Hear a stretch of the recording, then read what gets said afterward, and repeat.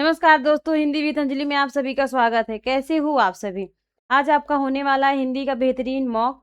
ये मॉक आपके जितने भी एग्ज़ाम हैं और उसमें हिंदी पूछी जाती है, उस एग्ज़ाम के लिए बहुत इंपॉर्टेंट होने वाले हैं। ठीक है, तो चलिए शुरू करते हैं क्लास को। और हाँ, क्लास के अंत में जब आप लोग पूरी क्लास ले लिया करिए, तो आपके कितने क्वेश्चन सही होते हैं ये आप लोग ज़रूर बताया करिए, ठीक है? और वीडियो कैसी लगी ये भी बताया करिए। चलिए चलते हैं, क्लास शुरू करते हैं। आपकी क्लास का पहला क्वेश्चन, रिक्त स्थान को भरने के लिए सबसे उपयुक्त विकल्प का चयन करें। वाक्य क्या है? शिक्षक दिवस पर छात्रों ने शिक्षक को पुस्तक डैश डैश डैश की। ऑप्शन नंबर 1 हस्तगत, ऑप्शन नंबर 2 प्रदान, ऑप्शन नंबर 3 भेंट, ऑप्शन नंबर 4 दान। चलिए आंसर देंगे आप लोग। बहुत गर्मी बढ़ गई है ना, बारिश होगी, धूप निकल रही है, बहुत ज्यादा गर्मी बढ़, लाइट भी बहुत कट रही है। चलिए देखेंगे इसका आंसर। शिक्षक दिवस पर छात्रों ने शिक्षक को पुस्तक क्या किया? देखिए, जब हम अपने से बड़ों को, ठीक है, गुरु हुए या हमसे कोई बड़ा है और उसको हम सम्मान पूर्वक कोई वस्तु को देते हैं, तो उसके लिए हम भेंट शब्द का प्रयोग करते हैं। तो यहाँ पे क्या हो जाएगा? भेंट। कौन से ऑप्शन में है? ऑप्शन नंबर 3 भेंट, ये आपका राइट आंसर हो जाएगा। ठीक है, तो वाक्य क्या बनेगा? शिक्षक दिवस पर छात्रों ने शिक्षक को पुस्तक भेंट की। चलिए चलते हैं नेक्स्ट क्वेश्चन पर। कृपण का विलोम शब्द होगा। ऑप्शन नंबर 1 कर्मठ, ऑप्शन नंबर 2 कठोर, ऑप्शन नंबर 3 सरल, ऑप्शन नंबर 4 दाता। चलिए आंसर दीजिए आप लोग अपना।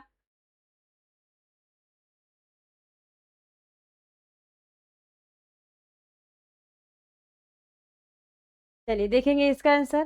कृपण, कृपण का अर्थ होता है कंजूस।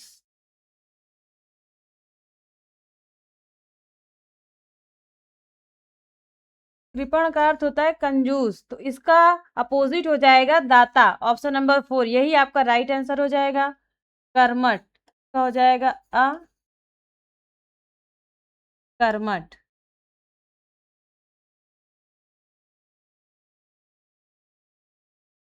अकर्मठ। कठोर, कठोर का कोमल। सरल का कठिन। ठीक है, और कृपण का दाता। चलिए चलते हैं नेक्स्ट क्वेश्चन पर। दिए गए शब्द के समानार्थी शब्द का चयन करें। देखिए शब्द क्या दिया है आपको? बाण। इसका समानार्थी शब्द बताना है। ऑप्शन नंबर 1 नाराज, ऑप्शन नंबर 2 तनय, ऑप्शन नंबर 3 दहन, ऑप्शन नंबर 4 अगम।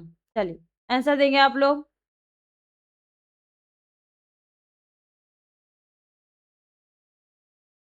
देखेंगे इसका आंसर। पाड़, पाड़ का समानार्थी होता है नाराज। Option number 1। इसके और भी पर्यायवाची होते हैं, जैसे तीर, पिसिक,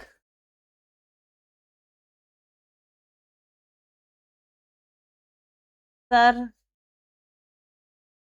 ठीक है, तो बाण का समानार्थी क्या हो जाएगा? नाराज, तीर, विसिक, सर। देखिए तनय का भी देख लीजिए, ऑप्शन नंबर 2 में देखिए आंसर आपका नाराज है। ऑप्शन नंबर 1 ही आपका आंसर होगा, लेकिन बाकी ऑप्शन को भी मैं एक्सप्लेन कर देती हूँ। ठीक है, तनय इसका हो जाएगा। ये किसका होता है? तनय ये होता है पुत्र, पुत्र, बेटा। क्या हो जाएगा? सुत। यही तीनों इंपॉर्टेंट, यही तीनों अक्सर पूछे जाते हैं, खासकर ये तनय शब्द। ठीक है, दहन, दहन होता है अग्नि का। अग्नि, अनल, पावक, हुताशन,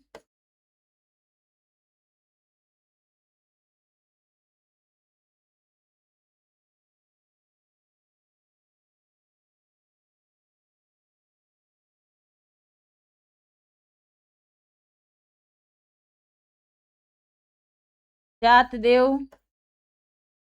ठीक है, ये आपका हो गया अग्नि का। अगम, अगम का अर्थ होता है जहां कहीं, जहां पे जाया ना जा सके, ठीक है। चलिए, तो ऑप्शन नंबर 1 बाण का समानार्थी शब्द होगा नाराज, यही आपका राइट आंसर हो जाएगा। देखिए, बाकी चीजों के जो ऑप्शन है और जो शब्द हैं उसको मैं इसलिए एक्सप्लेन कर देती हूँ कि ये चीजें जो है आपको देखने से भी याद हो जाती हैं। पर्यायवाची, विलोम, समानार्थी शब्द, ये सारी चीजें जब आप देखते रहेंगे लगातार, जैसे कंटिन्यू आ रहा है और उसको मैं बार बार आपको एक्सप्लेन कर रही हूँ, तो वो चीजें देखते देखते भी आने लगती हैं, ठीक है, याद होने लगती हैं। चलिए चलते हैं नेक्स्ट क्वेश्चन पर। पंकज किसका पर्यायवाची है? ऑप्शन नंबर 1 वस्त्र, ऑप्शन नंबर 2 किरण, ऑप्शन नंबर 3 कमल, ऑप्शन नंबर 4 आंख। चलिए फटाफट आंसर दीजिए। देखेंगे इसका आंसर। पंकज का विच्छेद करिए, तो यहाँ पे पर्यायवाची बताना पड़ेगा हमें।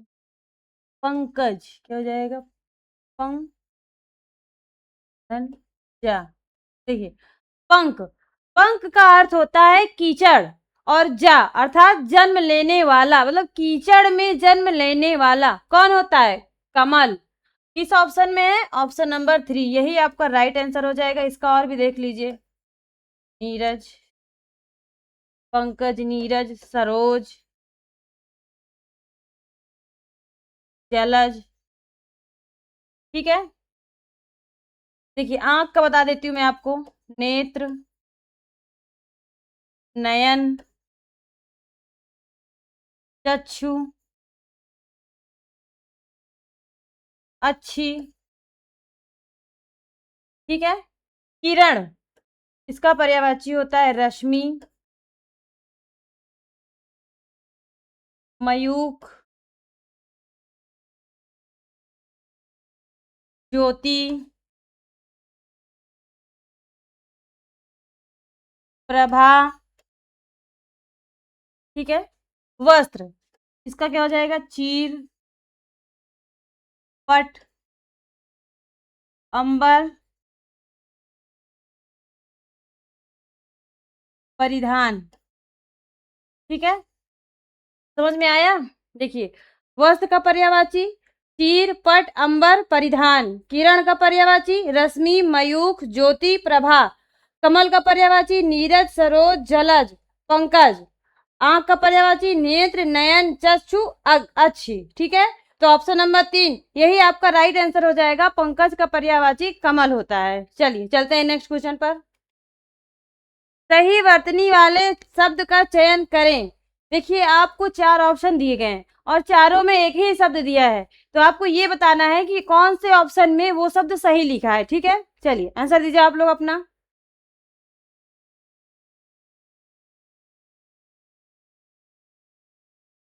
देखेंगे इसका आंसर। स्थायित्व शब्द क्या दिया है आपको? स्थायित्व, यही आपको बताना था कि इसमें कौन से ऑप्शन में सही लिखा है। तो ऑप्शन नंबर 4 यही आपका राइट आंसर हो जाएगा, क्योंकि ये ऑप्शन नंबर 4 में ही सही वर्तनी वाला शब्द है। चलिए चलते हैं नेक्स्ट क्वेश्चन पर। खून का घूंट पीना मुहावरे का सही अर्थ है। ऑप्शन है आपके अत्यंत क्रोधित होना, भयभीत होना, घृणा करना, गुस्सा पचा जाना। चलिए आंसर दीजिए आप लोग।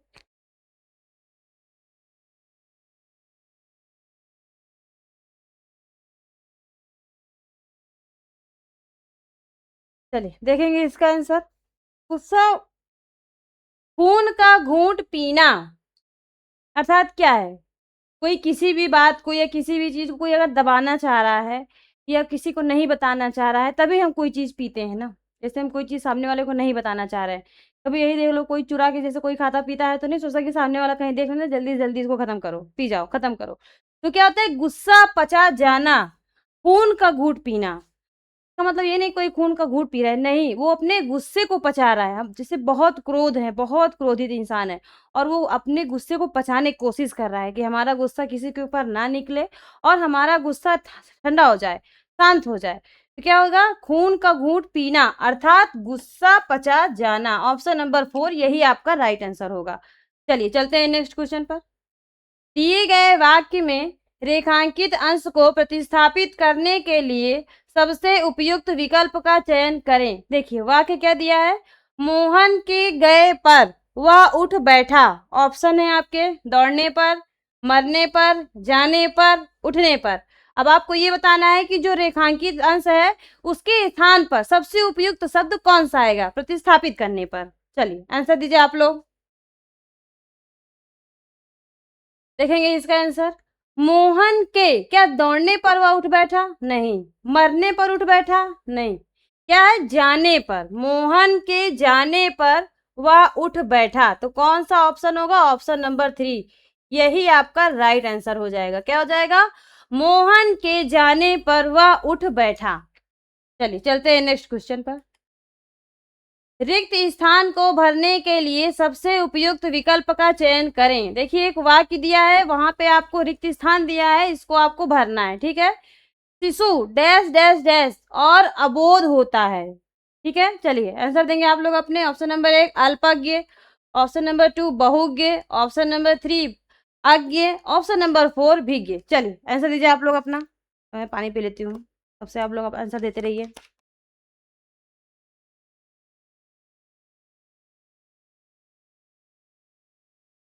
देखेंगे इसका आंसर, शिशु। देखिए सबसे पहले ऑप्शन देखते हैं क्या है आपके। ऑप्शन नंबर 1 में क्या है, अल्पज्ञ। अल्पज्ञ क्या अर्थ होता है कि जो थोड़ा जानता हो, बस थोड़ा, ज्यादा नहीं, बस थोड़ा हल्का फुल्का जो जानकारी रखता है उसे हम अल्पज्ञ कहते हैं। तो क्या जो छोटा बच्चा है, छोटा बच्चा है वो आपको कुछ जानकारी रखता है, नहीं, वो तो छोटा है, उसको तो कोई ज्ञान बुद्धि ही नहीं है, तो ये नहीं होगा।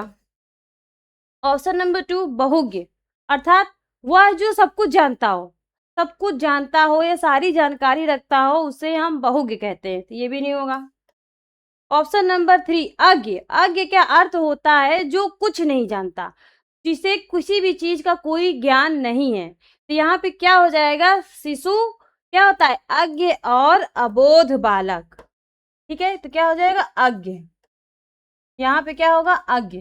तो ऑप्शन नंबर 3 यही आपका राइट आंसर हो जाएगा, क्योंकि शिशु अज्ञ और अबोध होता है, अर्थात अबोध जिसे किसी भी चीज का बोध ना हो, अज्ञ अर्थात जिसको थोड़ा भी ज्ञान, कुछ भी ज्ञान ना हो, ठीक है। तो ऑप्शन नंबर 3 आपका राइट आंसर हो जाएगा। चलिए चलते हैं नेक्स्ट क्वेश्चन पर। दिए गए वाक्यांश के लिए एक शब्द दीजिए। देखिए आपको एक वाक्य दिया है, इसके लिए आपको एक शब्द देना है। अपने पास रखी हुई दूसरे की वस्तु क्या कहलाती है, अर्थात हमारे पास है लेकिन वो हमारी नहीं है, किसी दूसरे की वस्तु है। चलिए आंसर दीजिए आप लोग।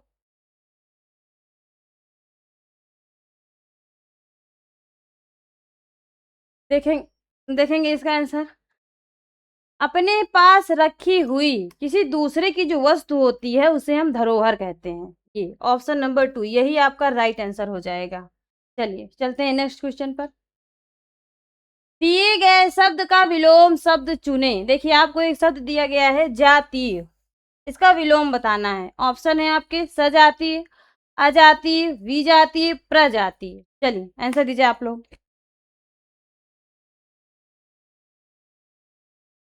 देखेंगे इसका आंसर, सबसे पहले इसका अर्थ समझेंगे। जाति अर्थात समान जात वाला, एक ही जात का, जाति जो सेम जात का हो और विषम जाति का ना हो, जो सम जाति का हो, एक ही जात के लोग।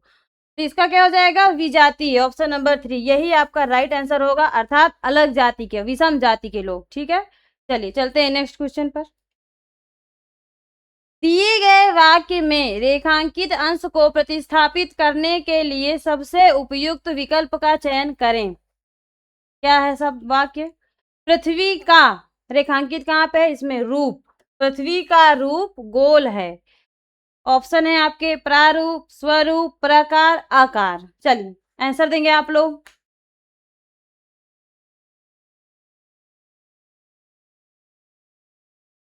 देखेंगे इसका आंसर। देखिए जो हमारे ज्यामितीय वाले शब्द होते हैं, जो भी हो, जैसे पृथ्वी हो गया, चंद्रमा हो गया, ये सब हमारे ज्यामिति हैं, ठीक है। ये सब ज्यामिति के अंतर आएंगे। तो इसके लिए सबसे उपयुक्त जो शब्द का हम लोग प्रयोग करते हैं इसका आकार और स्वरूप बताने के लिए, तो उसके लिए हम आकार शब्द का प्रयोग करते हैं। जैसे पृथ्वी का आकार कैसा है, गोल है। और जैसे कि ज्यामिति आप लोग पढ़ते होंगे, कभी मेंसुरेशन आप लोगों ने पढ़ा होगा, बेलनाकार, अर्थात बेलन के रूप में उसका आकार है। त्रिभुजाकार, अर्थात त्रिभुज के रूप में उसका आकार है। ठीक है, तो यहाँ पे क्या हो जाएगा, पृथ्वी का रूप या प्रकार, कोई रूप सुंदरता की बात नहीं कर रहा है, उसके आकार की बात कर रहा है। तो पृथ्वी का आकार, ऑप्शन नंबर 4 यही आपका राइट आंसर हो जाएगा कि पृथ्वी का आकार गोल है। चलिए चलते हैं नेक्स्ट क्वेश्चन पर। धन से संबंध रखने वाला वाक्यांश के लिए एक शब्द, देखिए फिर से आपको वही बताना है कि जो धन से संबंध रखने वाला है उसके लिए एक शब्द बताना है। चलिए, ऑप्शन है आपके संपत्ति शास्त्र, ऑप्शन 2 भौतिक, ऑप्शन 3 आर्थिक, ऑप्शन नंबर 4 अर्थशास्त्र। चलिए आंसर दीजिए आप लोग।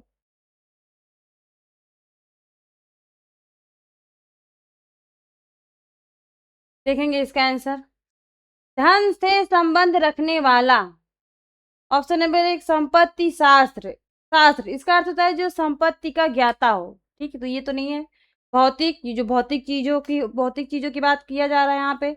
आर्थिक, यही आपका राइट आंसर हो जाएगा, आर्थिक। देखिए यहाँ पे क्या, अर्थशास्त्र, अर्थशास्त्र पुस्तक जो आप लोगों को पता ही होगा किसकी है, चाणक्य की है, कौटिल्य की। ठीक है, तो यहाँ पे अर्थशास्त्र क्या है, वो किसी और चीज की बात कर रहा है। लेकिन जो हमारा धन से संबंध रखने वाला है उसके लिए जो संबंध, वो शब्द आएगा वो होगा आर्थिक, ऑप्शन नंबर 3 यही आपका राइट आंसर होगा। चलिए चलते हैं नेक्स्ट क्वेश्चन पर। दिए गए वाक्य के किस भाग में त्रुटि है। देखिए वाक्य क्या है, उसने आवाज देकर पूछा, ऑप्शन नंबर 1 आवाज, ऑप्शन नंबर 2 उसने, ऑप्शन नंबर 3 पूछा, ऑप्शन नंबर 4 देकर। चलिए आंसर देंगे आप लोग।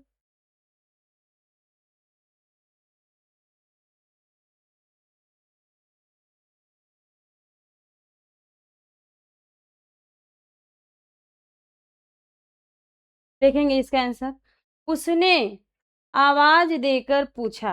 देखिए यहाँ पे आपको वर्तनी संबंधित अशुद्धि दिखेगी, क्योंकि ये जो आवाज शब्द लिखा है ये ऐसे नहीं लिखा जाता है। तो ऑप्शन नंबर 1 ही आपका राइट आंसर होगा, क्योंकि यहाँ आपसे त्रुटि वाला भाग पूछा जा रहा है। तो आपका जो आवाज शब्द लिखा है इसमें वर्तनी की अशुद्धि है। ठीक है, तो ऑप्शन नंबर 1 आपका राइट आंसर होगा। इसका राइट ऐसे लिखा जाता है, आ में भी मात्रा होती है, आवाज। ठीक है, चलिए चलते हैं नेक्स्ट क्वेश्चन पर। दिए गए वाक्यांश के लिए एक शब्द, फिर देखिए वही दिया है कि आपको एक वाक्य दिया है उसके लिए एक शब्द बताना है। खेतों में मेड़ों से बनाए गए छोटे छोटे वर्गाकार या आयताकार भाग क्या कहलाता है। आंसर दीजिए आप लोग। क्यारी कहलाता है कि नहर कहलाता है या फिर परनाला या फिर नाली। चलिए आंसर दीजिए आप लोग। देखेंगे इसका आंसर, यहाँ पे ये कहा जा रहा है कि जब हम खेतों या मेड़ों में उसकी सिंचाई के लिए जो छोटे-छोटे ऐसे मेड़ टाइप के बना देते हैं ना, कभी यहाँ से ऐसे मेड़ निकाल दिया, कभी वहाँ, जो लोग खेती-बाड़ी करते हैं उन्हें पता होगा कि जो खेतों में मेड़ों से बनाए गए छोटे-छोटे वर्गाकार या आयताकार भाग, उसे क्या कहते हैं, क्यारी। ऑप्शन नंबर 1 यही आपका राइट आंसर हो जाएगा, क्यारी। चलिए चलते हैं नेक्स्ट क्वेश्चन। सही वर्तनी वाले शब्द का चयन करें। देखिए इसमें भी आपको एक शब्द दिया है और उसी शब्द का सही वर्तनी बताना है कि कौन से ऑप्शन में है। 4 ऑप्शन दिए हैं, इन चारों ऑप्शन में आपको बताना है। ठीक है, चलिए फटाफट आंसर दीजिए आप लोग। देखेंगे इसका आंसर, शब्द क्या लिखना है आपको, शूर्पणखा। ठीक, तो कैसे लिखा जाता है,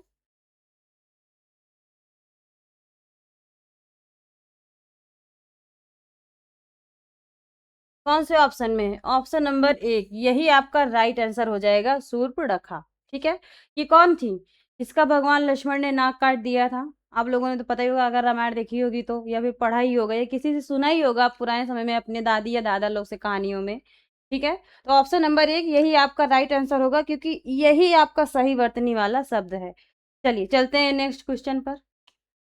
दिए गए वाक्य का वह भाग ज्ञात करें जिसमें कोई त्रुटि है, यदि कोई त्रुटि नहीं है तो कोई त्रुटि नहीं है चुने। देखिए ऐसा तो आप लोग प्रश्न रोज ही पढ़ रहे हैं कि आपको एक वाक्य दे दिया जाता है, फिर आपको इसमें ये बोलता है कि अगर इसमें कोई त्रुटि है तो आप वो बताइए, अगर इसमें त्रुटि नहीं है तो आप कोई त्रुटि नहीं है वाला ऑप्शन चूज करिए। ठीक है, तो वाक्य क्या है, कभी कभी आकाश में दिखाई देने वाला उल्का पतन एक विलक्षण घटना है।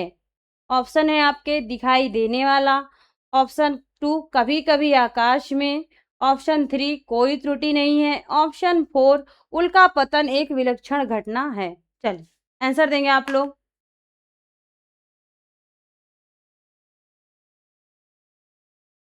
देखेंगे इसका आंसर। कभी कभी आकाश में, देखिए वाक्य पहले एक बार आप लोग अच्छे से पढ़िए। कभी कभी आकाश में दिखाई देने वाला उल्का पतन एक विलक्षण है। क्या यहाँ पे आपको कोई त्रुटि लग रही है? वर्तनी संबंधी या फिर व्याकरणिक संबंधित किसी भी प्रकार की कोई भी त्रुटि आपको दिखाई दे रही है? ऑप्शन देखिए आपके, दिखाई देने वाला, इसमें तो कोई त्रुटि नहीं है। कभी कभी आकाश में, ये भी सही लिखा है। उल्का पतन एक विलक्षण घटना है, ये भी सही है। अर्थात ये पूरा वाक्य पूरी तरह से सही है। तो इसमें कौन सा ऑप्शन चूज करेंगे? कोई त्रुटि नहीं है। ऑप्शन नंबर 3 यही आपका राइट आंसर हो जाएगा, कोई त्रुटि नहीं है। चलिए चलेंगे नेक्स्ट क्वेश्चन पर। दिए गए वाक्य में रेखांकित खंड को प्रतिस्थापित करने के लिए सबसे उपयुक्त विकल्प का चयन करें। यदि इसे प्रतिस्थापित करने की आवश्यकता नहीं है तो विकल्प किसी बदलाव की आवश्यकता नहीं है का चयन करें। प्रश्न समझ गए आप लोग? आपको एक वाक्य दिया है और उसमें एक ऐसा थोड़ा छोटे से शब्द में क्या कर दिया गया है? रेखांकित कर दिया गया है। अब आपको ये बताना है कि इसमें प्रतिस्थापित करने की आवश्यकता है या फिर नहीं है। अगर नहीं है तो आप इसमें इसे प्रतिस्थापित करने की आवश्यकता नहीं है विकल्प का चयन करें। देखिए ऑप्शन क्या है? इस कार्य में, इस कार्य की, इस कार्य का किसी बदलाव की आवश्यकता नहीं है। चलिए आंसर देंगे आप लोग। चलिए बताऊंगी इसका प्रश्न, प्रश्न का उत्तर मैं। प्रश्न पढ़ेंगे। इस कार्य के विघ्न बनकर तुम आए हो। देखिए यहाँ तक तो सही है, विघ्न बनकर तुम आए हो, इस भी सही है। यहाँ पे कार्य के, यहाँ पे क्या हो जाएगा? कार्य की नहीं, कार्य का नहीं, इसमें क्या हो जाएगा? कि इस कार्य में कोई कार्य हो रहा है तो तुम उसमें आए हो क्या? विघ्न बनकर। तो क्या हो जाएगा? इस कार्य में तुम आए हो विघ्न बनकर। तो ऑप्शन नंबर 1 यही आपका राइट आंसर होगा। जो कार्य के है इसको प्रतिस्थापित कर कर हम यहाँ पे इस कार्य में विघ्न बनकर तुम आए हो, ये सही वाक्य बनेगा आपका। चलिए चलते हैं नेक्स्ट क्वेश्चन पर। रिक्त स्थान को भरने के लिए सबसे उपयुक्त शब्द का चयन करें।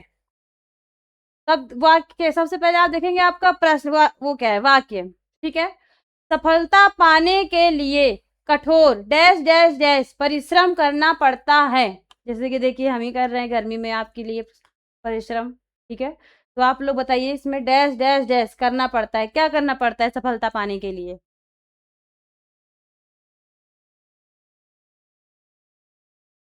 देखिए पढ़ेंगे एक बार प्रश्न को फिर से। सफलता पाने के लिए आपको क्या करना पड़ता है? श्रम, परिश्रम, मेहनत क्या करनी पड़ती है? मेहनत करनी पड़ती है, कठोर परिश्रम या श्रम करना पड़ता है। ऑप्शन नंबर 1 यही आपका राइट आंसर हो जाएगा। चलिए चल देंगे नेक्स्ट क्वेश्चन पर। दिए गए वाक्य का वह भाग ज्ञात करें जिसमें कोई त्रुटि है। यदि कोई त्रुटि नहीं है तो कोई त्रुटि नहीं है चुने। वाक्य क्या है? महेश जी बता रहे थे कि उनका भतीजा अपने लक्ष्य पर नजर रखते हैं। प्रश्न पढ़ के आप लोगों को समझ में आ गया होगा। ऑप्शन है आपको कि उनका भतीजा, महेश जी बता रहे थे, अपने लक्ष्य पर नजर रखते हैं। ऑप्शन 4 कोई त्रुटि नहीं है। आंसर देंगे आप लोग।